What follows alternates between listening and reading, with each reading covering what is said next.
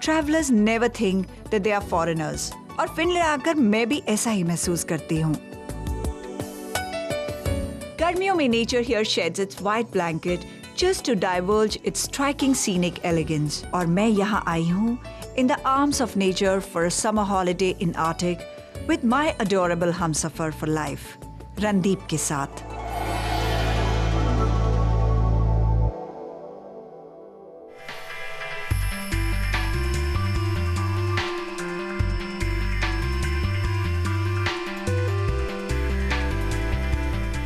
हमने अपना vacation start किया with the hunt of something rare and exclusive.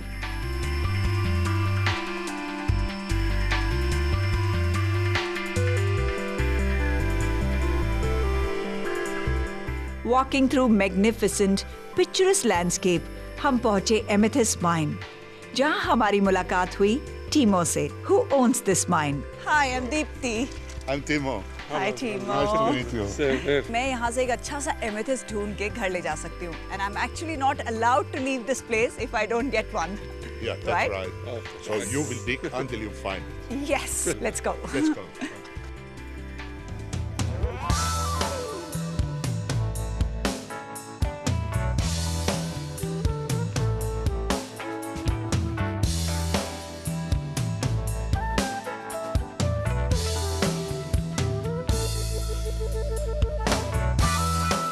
Amethyst को 1 सेंटीमीटर नेचुरली बनने के लिए 1 मिलियन ईयर्स लग जाते हैं और ये कम से कम 10 मिलियन ईयर्स में इतना बड़ा बन के तैयार हुआ है। तो इसे कितना टाइम लगा होगा? I know.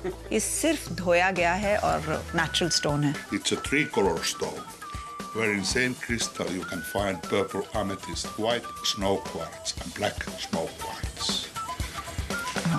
So this is white, purple, and black. Yes. It's a 3-color stone. And this is very rare. It's only found here. और यहाँ की जो सैमी ट्राइब होती है वो इसको बहुत ही सेक्रेट मानते हैं और इसकी पूजा भी करते हैं। इसका नाम है स्टोन ओ उक्का और अगर इसको रब करते हैं तो इसमें से फायर आएगी। Let me try. Not hard. You have to try. Smell it. Yeah. और फाइनली टीमो हमको लेकर आ गए ये इस बहुत ही प्यारी सी जगह में जहाँ पे बहुत सारे स्टोन्स पड़े हुए हैं। एंड ही सेड कि अगर मैं यहाँ पर एमेथिस्ट ढूंढ निकालूंगी तो वो मेरा हो जाएगा। तो बस क्या था, हमको एक हैमर दे दिया गया और बोला जाओ जाके डिग करो और हमने ढूंढना शुरू कर दिया। मैं तो ढूंढ ही रही थी but I think Randeep is really good at it और उसने फटाफट डिग करके फटाफट 3 बड़े सुंदर एमेथिस्ट निकाल डाले। He is really fast, huh? Oh, that's a 3-color stone. He found like really rare stone. I guess जब उसने मेरे जैसा इतना अच्छा एक डायमंड ढूंढ लिया है तो फिर ये एमेथिस्ट क्या चीज़ है?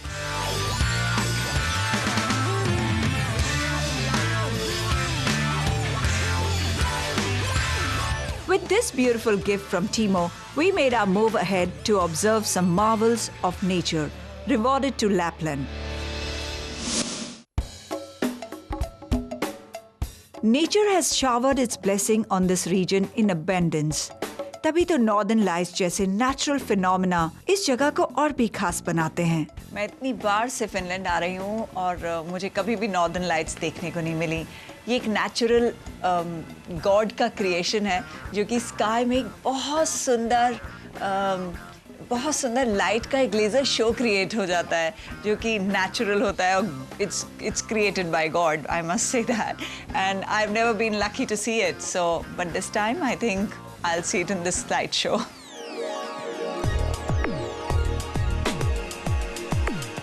अर्थ के मैग्नेटोस्फीयर में जब सोलर विंड्स पेनिट्रेट होती हैं तो नॉर्दर्न लाइट्स क्रिएट होती हैं। जैसा मुझे बताया गया है कि 2012 is a very good time क्योंकि उस समय सन की बहुत एक्टिविटी होगी और उस साल नॉर्दर्न लाइट्स सबसे अच्छे देखने को मिलेंगी। So I am crossing my fingers and I hope that I will visit Finland again in 2012.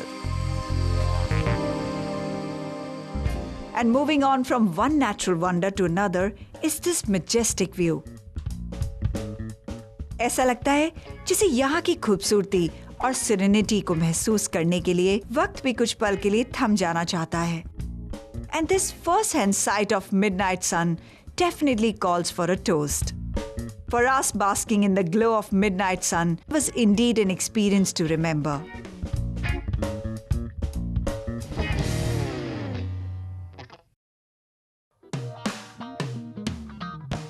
The Arctic summer is a fresh green paradise, blossoming with flowers, the scent of grass and light. और इस ambience को थोड़ा और feel करने के लिए मैं जा रही हूँ रिवर क्रूज पे, and that too on a traditional boat. So come along.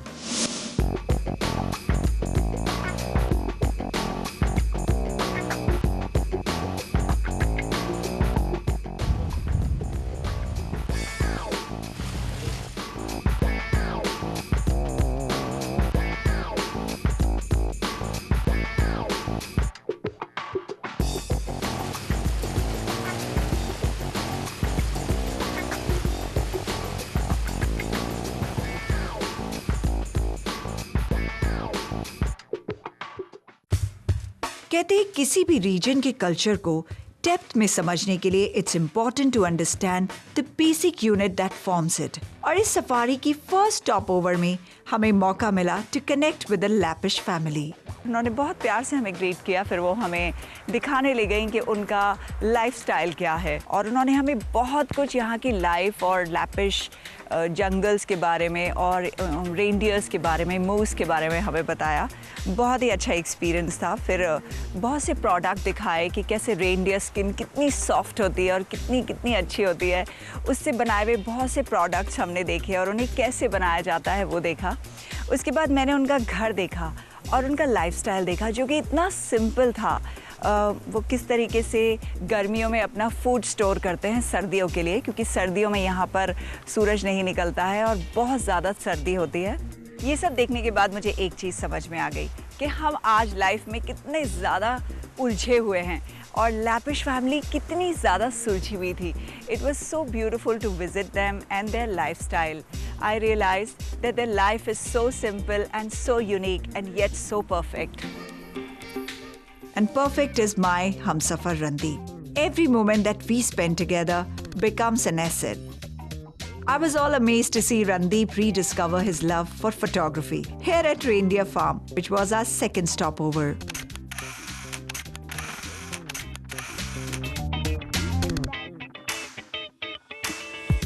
Reindeers बहुत ही क्वाइट एनिमल होते हैं और इस समय ये अपनी स्किन शेड कर रहा है और इनकी नई स्किन नीचे से आ रही है।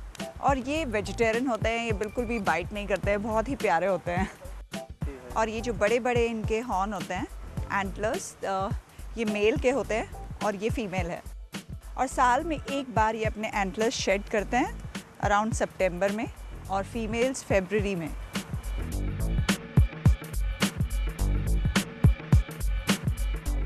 इन Lapland Sami tribe is dominant और ये सेमी मैन इन रेनडियर्स की रखवाली करते हैं।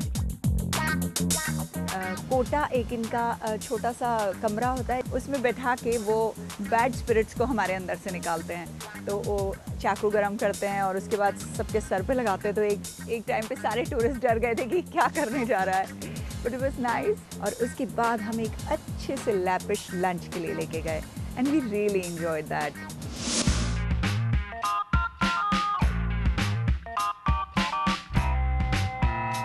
Oh, this is what I love.